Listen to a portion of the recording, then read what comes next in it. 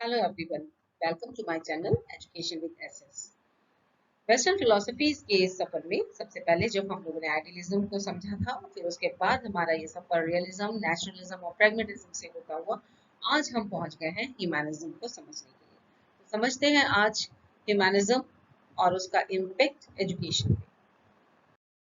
आज के वीडियो के ऑब्जेक्टिव्स हैं to understand background origin of humanism, to analyze metaphysics, epistemology, and axiology of humanism, fundamental principles, and then explore educational perspectives according to humanism, and critical evaluation of this philosophy, and then self-evaluation. तो चलिए आगे बढ़ते हैं।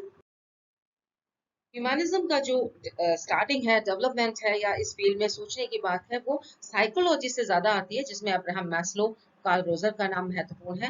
Maslow की hierarchy of needs, human needs को आप लोग सब जानते हैं, जिन्होंने साइकोलॉजिकल जो फिजियोलॉजिकल बेसिक नीड्स है उसमें सेल्फ एक्चुअलाइजेशन तक के सफर की बात की। इसके अलावा जॉन हेनरी न्यूमैन, इनका नाम उल्लेखनीय है, और इन्होंने कहा कि to live is to change and to be perfect is to have change often. ज्यादा से ज्यादा आप चेंज के लिए तैयार रहें। और दूसरी बात ये कहते हैं, we can believe what we choose and whatever we are answerable for whatever we choose to believe. तो जो कुछ भी हम विश्वास करते हैं वो कुछ हमारे अपने चॉइस होती है, उस पर हम विश्वास करते हैं और उसके लिए हम पूरी तरह आंसरेबल है। इन मनुष्य के ऊपर कोई और शक्ति नहीं है। एजुकेशन के फील्ड में एच.जी. गुड्स और आर्थर राइट कुम्स ने बहुत काम किया, जिसमें कुम्स की कुछ क्रिएशन है, जैसे humanistic education, objective and assessment, the school we need, new assumptions for education reforms, being and becoming, individual behaviour, perceptual psychology, a humanistic approach to study of person. तो इस तरीके से ये कुछ महत्वपूर्ण योगदान जो कि आप लोगों को याद रखने चाहिए। आगे बढ़ते हैं। अब हम जाने कि ह्यूमैनिज्म का ओरिजिन और इसका मीनिंग क्या है। बेसिकली ह्यूमैनिज्म, हर फिलॉसफी में आपने देखा होगा कि हर फिलॉसफी का एक रूप, एक फॉर्म जो है ह्यूमनिस्टिक की तरफ जाता है। तो ये फिलॉसफी अचानक से नहीं उभरी है, लगातार हमेशा इस फिलॉसफी में कुछ ना कुछ रहा है। हर ही फिलॉसफी में ह्यूमैनिज्म की बात रही है, बट जो बेसिक जो जो ओरिजिनल फॉर्म में ह्यूमैनिज्म आया, वो तब उभरता है जबकि हम आइडियलिज्म के रूप में एक गॉड को या सुप्रीम पावर को ह्यूमन से सबसे ऊपर कर देते हैं। यथार्थवाद कहते हैं तो उसे मशीन का पुर्जा बना देते हैं। प्रकृतिवाद में जाते हैं, नेचुरलिज्म की बात करते हैं, then we think that nature is above him, और वो से अकॉर्डिंग टू नेचर जीना चाहिए। तो नेचर को सुप्रीम बना देते हैं, ह्यूमन के ऊपर कंट्रोलिंग पावर दे देते हैं। प्रैग्मेटिज्म में जाते हैं तो प्रैग्मेटिज्म भी ह्यूमनिस्टिक है, ह्यूमनिस्टिक फिलोसफी है, बट स्टिल वो प्रैग्मा, वो किसके प्रयोजन की बात करते हैं। एक का प्रयोजन हो सकता है, दूसरे का नुकसान हो। तो बहुत ज्यादा प्रैग्मेटिज्म के को ये इम्प्रैक्टिकल मानते हुए ह्यूमैनिज्म जो है वो अपने आप को इन सबसे अलग करता है। और जब वर्ल्ड वॉर के जैसे और यूनाइटेड नेशंस का जो डेवलपमेंट हुआ, यूनाइटेड नेशंस की स्थापना हुई, तब से इस बात को और ज्यादा महत्व दिया गया कि ह्यूमन को ह्यूमन बनाना है, और पूरी दुनिया में ह्यूमैनिज्म जो है वो मोस्ट इम्पॉर्टेंट फॉर्म में आना चाहिए, अच्छे रूप में सभी को समझना चाहिए कि इसे कैसे एक ह्यूमन के रूप में हर व्यक्ति दूसरे के लिए जी सके। बट वास्तविकता में आज के समय के जैसे, जिस समय मैं ये वीडियो बना रही हूँ, और ये यूक्रेन और रशिया के बीच जो युद्ध हो रहा है, उसको देखते हुए लगता है कि ह्यूमैनिज्म अभी भी किसी के भी मस्तिष्क में नहीं पहुंचा है, और बेसिकली अभी भी सब प्रैग्मेटिज्म और रियलिज्म और इन्हीं सबको जी रहे हैं, जिसमें कि वो ज्यादा मेटेरियलिस्टिक होते जा रहे हैं। तो ओरिजिन जो है इसका सभी फिलॉसफी में दिखता है। बुद्धिस्ट फिलॉसफी इसमें सबसे ज्यादा, भारत की तो हर फिलॉसफी ह्यूमैनिज्म से ओतप्रोत है। तो ह्यूमैनिज्म कैसे सही अर्थों में जिया जा सकता है, इसको हम इंडियन फिलॉसफी में समझेंगे। सेकेंड वर्ल्ड वॉर के बाद ज्यादा इसमें डेवलपमेंट हुआ, और ये फिलॉसफी साइकोलॉजिकल नहीं थी, जैसे ज्यादा हमने अभी आपको बताया कि साइकोलॉजिकल स्टडीज में ज्यादा इफेक्टिव रूप से सामने आई। और मेन कंट्रीब्यूशन इंडिया में अगर हम देखें तो गांधी जी, टैगोर, विवेकानंद, इन सभी का इस फिलॉसफी के डेवलपमेंट में मुख्य योगदान है। डेफिनेशंस की बात करें तो अगर एनसाइक्लोपीडिया ब्रिटानिका, एनसाइक्लोपीडिया में ये कहा गया कि ह्यूमैनिज्म क्या है, एक एटीट्यूड है, माइंड का एक एटीट्यूड है, and which attaches primary importance to man and to his faculties, affairs, temporal aspirations and well-being. और मैस्लो ने कहा कि डिफरेंट वेज में इसको लिया गया है। One of these implies that man makeup makes up the entire framework of human thought. वो खुद अपने थॉट को डेवलप करता है, स्वयं पृष्ठभूमि बनाता है।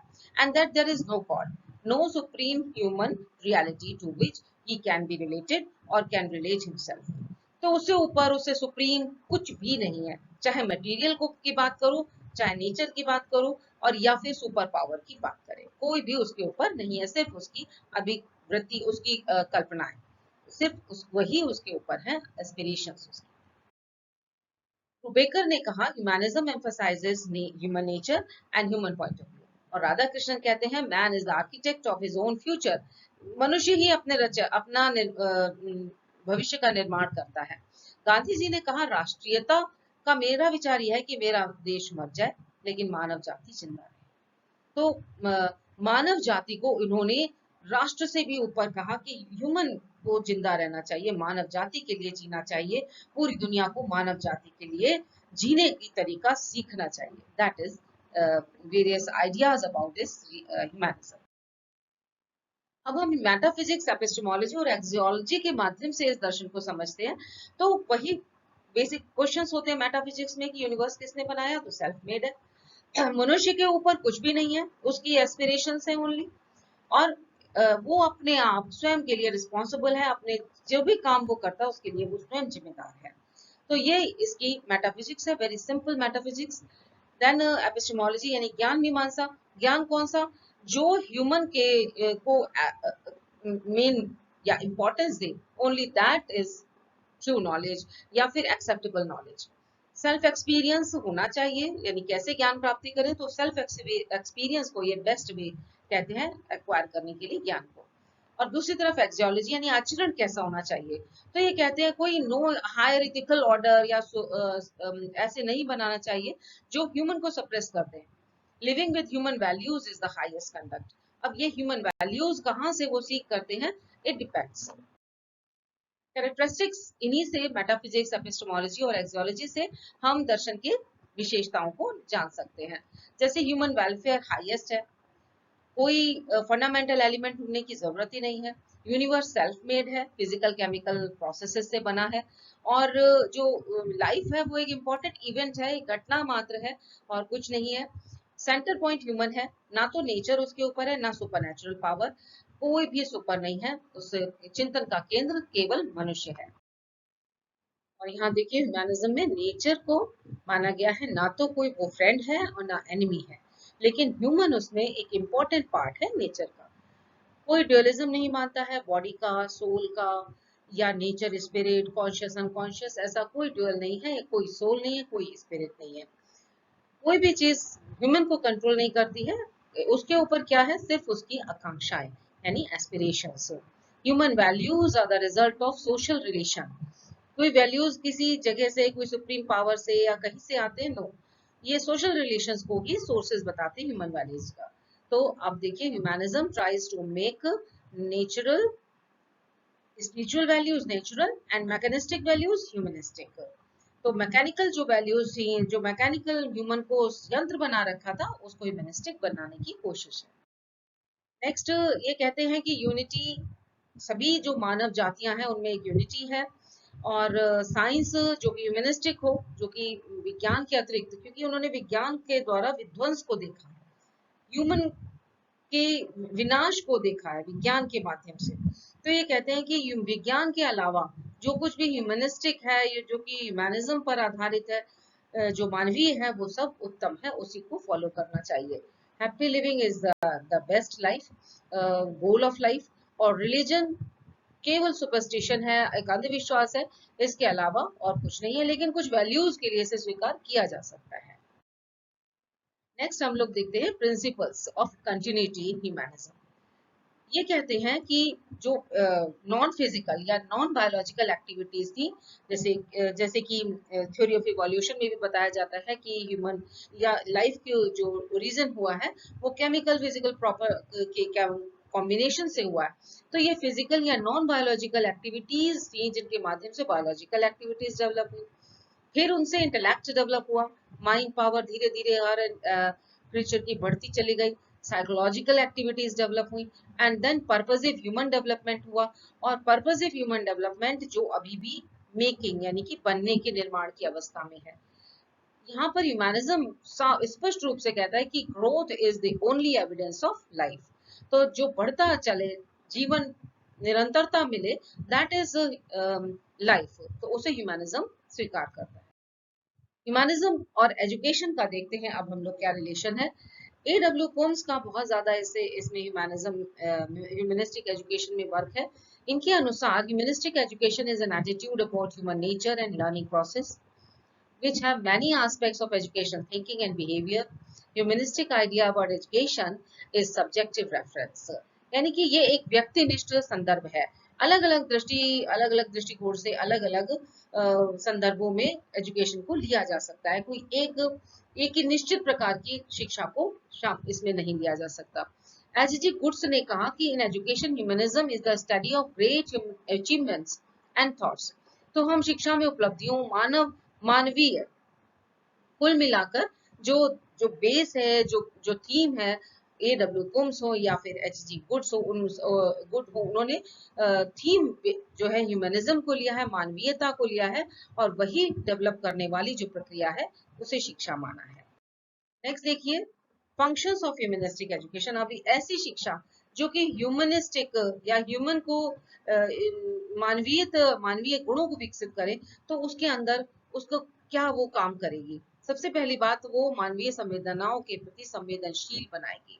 बहुत सारी जैसे पॉपुलेशन, पॉल्यूशन, टेररिज्म, सुपरस्टिशन, और आजकल जैसे युद्ध चल रहा है, तो उसके लिए संवेदनशीलता, आप देख रहे हैं पूरी दुनिया में संवेदनशीलता की कमी है। कहाँ चली गई है वो संवेदनशीलता, जब युद्ध किसी विशेष कारण से हो रहा हो और उसमें मरने वाला बच्चा हो, बुजुर्ग हो, महिलाएं हो, तो ये कैसी संवेदनशीलता है। यहाँ मानववाद कहीं दूर दूर तक दिखाई नहीं देता है।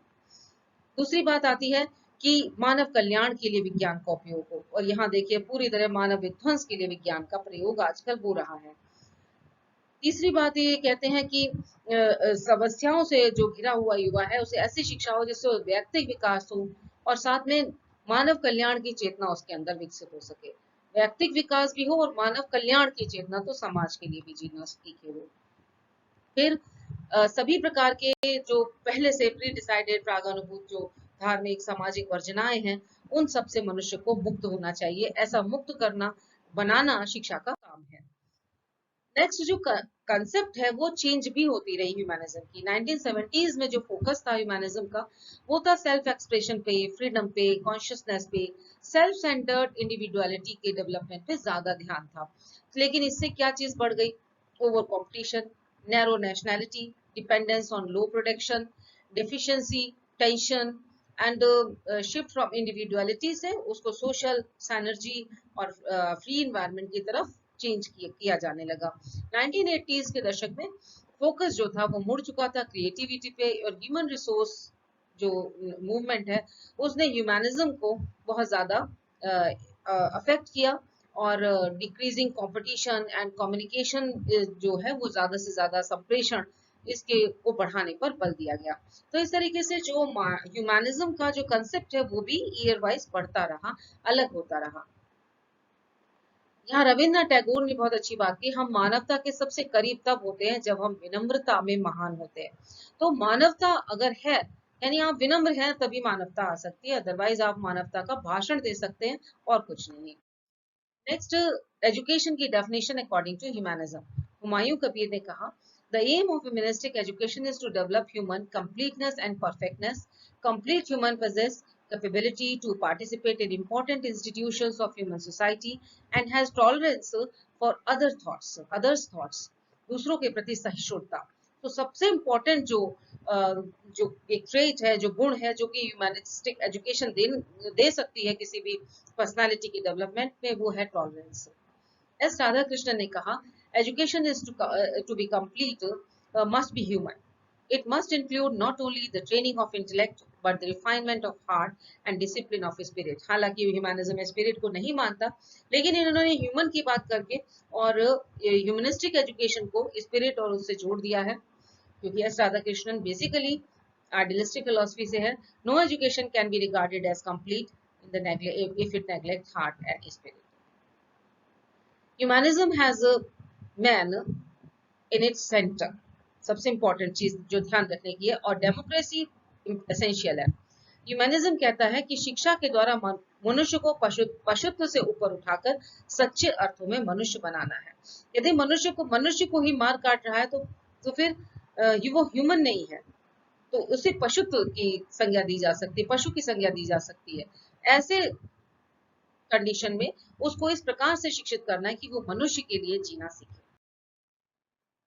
Humanism and aim of education, सुखपूर्ण पूर्ण जीना, आत्मविश्वास जागृत करना, छिपी शक्तियों को, अंतर्निहित महानता को आगे लाना, कॉन्शियसनेस, पावरफुल अलर्ट, जो कॉन्शियसनेस है वो क्रिएट करना, सेंसिबिलिटी संवेदनशीलता, गुड वर्कर बनाना एंड पर्सन अच्छा पर्सन बनाना, एंड सेंस ऑफ एप्रिसिएशन यानी कि सौंदर्यानुभूति, वो दूसरों के जो प्रयास हैं, एफर्ट्स हैं, अच्छी चीजें हैं, उनको अनुभूत करे और उनकी सौंदर्य अनुभूति करते हुए उनको अप्रिशिएट कर सके, तो वो ह्यूमनिज्म के नजदीक जाएगा। ह्यूमनिस्टिक जो करिकुलम है वो भी कुछ प्रिंसिपल्स देता है। सबसे जरूरी जो प्रिंसिपल है that is fulfilment of human aspiration and needs.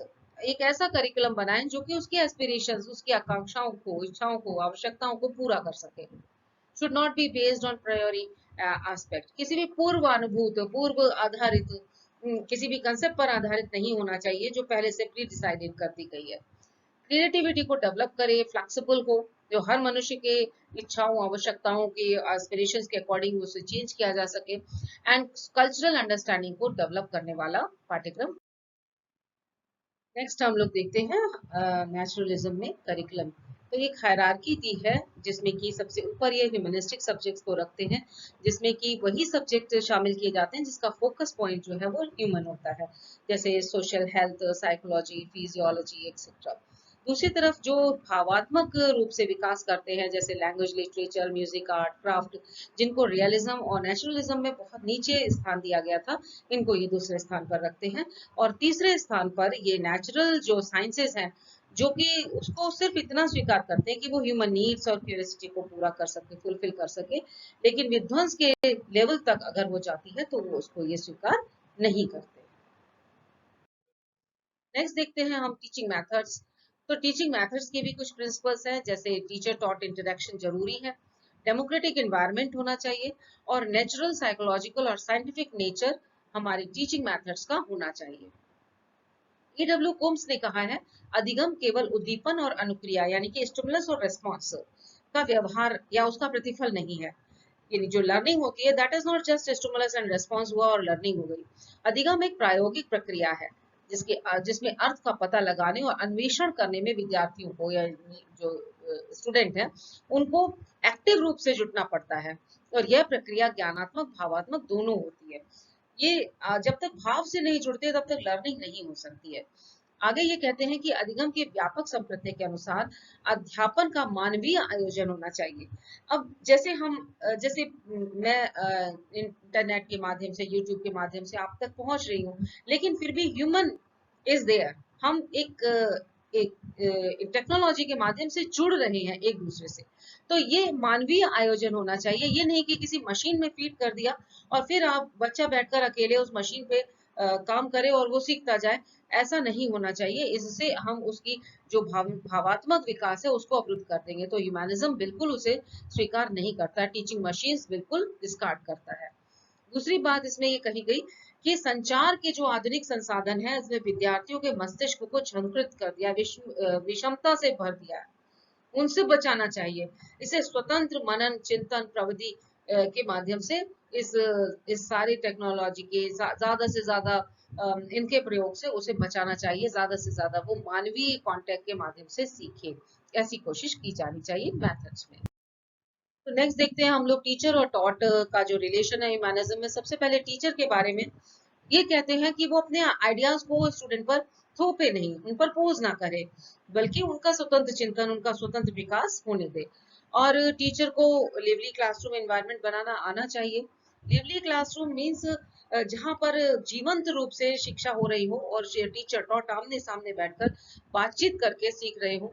Ideal personality खुद तो होना ही चाहिए, और ह्यूमन प्रॉब्लम और ह्यूमनिस्टिक बेस का वो जानकार हो, उसे सॉल्व करना आना चाहिए ह्यूमन प्रॉब्लम्स को, और अपॉर्चुनिटी दे सके डिसीजन लेने की, यानी कि वो हर समय खुद डिसीजन ले और खुद बच्चों को डायरेक्ट करता रहे, that is not so. Humanistic जो टीचर है वो उनको पूरे मौके देता है निर्णय लेने की, क्योंकि वो जानता है कि मनुष्य के ऊपर केवल उसकी आकांक्षाएं हैं। तो यहाँ पर निर्णय लेने की क्षमता विकसित करने के अवसर देता है। तो छात्र क्या है, कुशल व्यक्तित्व, स्वयं समाधान करता, अपनी समस्याएं हैं तो उसकी समस्याओं का हल कोई दूसरा नहीं करेगा, बल्कि उसको खुद अपनी समस्याओं का समाधान करना होगा। तो निर्णय लेने की क्षमता भी उसमें आनी चाहिए और अपनी शक्तियों का वो ज्ञाता होना चाहिए। डिपेंडेंसी जैसी उसके अंदर फीलिंग नहीं होना चाहिए, तभी वो ह्यूमैनिस्टिक या ह्यूमैनिज्म के माध्यम से, क्योंकि अकॉर्डिंग वो शिष्य या छात्र कहलाएगा। नेक्स्ट देखते हैं डिसिप्लिन कैसा होना चाहिए। Self discipline, freedom without discipline is useless. वो कहते हैं कि फ्रीडम या स्वतंत्र शब्द में तो वैसे भी एक तंत्र है, लेकिन एक स्वच्छंद शब्द होता है जिसमें जिसकी लाठी उसकी भैंस, जिस जिस जो जो ताकतवर है उसी की चलेगी। तो ऐसा नहीं होना चाहिए, और इसके लिए डेमोक्रेटिक इन्वायरमेंट, मैक्सिमम एक्टिविटीज जो है वो ऑफलाइन हो, लिवली हो, मिनिस्ट्रिक हो, ज्यादा से ज्यादा ऐसी कोशिश की जानी चाहिए। तो अब हम ह्यूमनिज्म को देखते हैं, एजुकेशन में इसने क्या दिया। क्रिटिकल इवैल्यूएशन में अगर देखें तो बाइजनेस को, कास्ट, रिलीजन, सेक्स, इस सब को ये रिमूव करता है, हर प्रकार के डिफरेंसेस को रिमूव करता है, ह्यूमन के बीच मानव प्रेम को पूरी दुनिया में फैलाता है, साइंटिफिक टेम्परामेंट भी देता है, और साथ में जो AIIMS, curriculum, methods, discipline, teacher taught relation, ये सब प्रैक्टिकेबल हैं, किए जा सकते हैं, ह्यूमनिस्टिक एजुकेशन को जिया जा सकता है। लेकिन ऐसे जीने का क्या फायदा, ऐसी ह्यूमनिस्टिक एजुकेशन अब तक कहीं पर भी क्यों नहीं विकसित हुई है, जो इस तरीके की जो मेंटेलिटी है, युद्ध में जो जो पूरी दुनिया को झोंकने के लिए जा रहे हैं और बर्बाद कर रहे हैं, पूरे एनवायरनमेंट को तबाह कर रहे हैं। सैकड़ों साल से जो खड़े हुए वृक्ष थे, पेड़ थे, उन सबको ध्वस्त कर चुके हैं, जो अब फिर से नहीं आएंगे इस धरती पर। कितने जीव जंतु मर गए, ये भी नहीं देख रहे हैं। तो इस ह्यूमनिज्म का ये कौन कहाँ है इस तरीके की शिक्षा, ये एक प्रश्न है जिस पर हम लोग सभी को चिंतन करना है। लिमिटेशन ये है कि ये थोड़ा सा आइडियलिज्म के क्लोज लगता है। अगर हम स्पिरिचुअल पावर्स को डिनाई कर दें तो ये आइडियलिस्टिक फिलॉसफी ही प्रतीत होता है।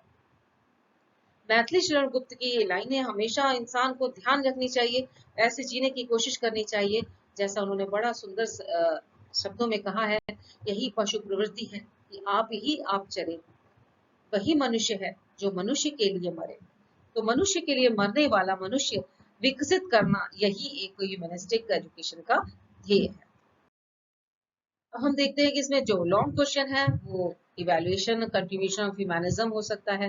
डिस्कस कीजिए इम्पैक्ट ऑफ ऑन एजुकेशन या important characteristics of education. Teaching methods और करिकुलम को भी अलग से पूछा जाता है। तो ये लॉन्ग क्वेश्चंस तो किसी भी रूप में बनाए जा सकते हैं। शॉर्ट आंसर क्वेश्चंस में forms of humanism, fundamental principles, discipline, teacher taught relation, curriculum और ह्यूमनिस्टिक टीचिंग मेथड्स के जो प्रिंसिपल्स हैं वो क्या हैं, तो इन पर बहुत ज्यादा शॉर्ट आंसर क्वेश्चंस बनते हैं। नेक्स्ट देखेंगे हम यहाँ पर वेरी शॉर्ट आंसर क्वेश्चन, जैसे कि एक फिलोसफर का नाम बता दीजिए, मानववादी केंद्र में क्या है।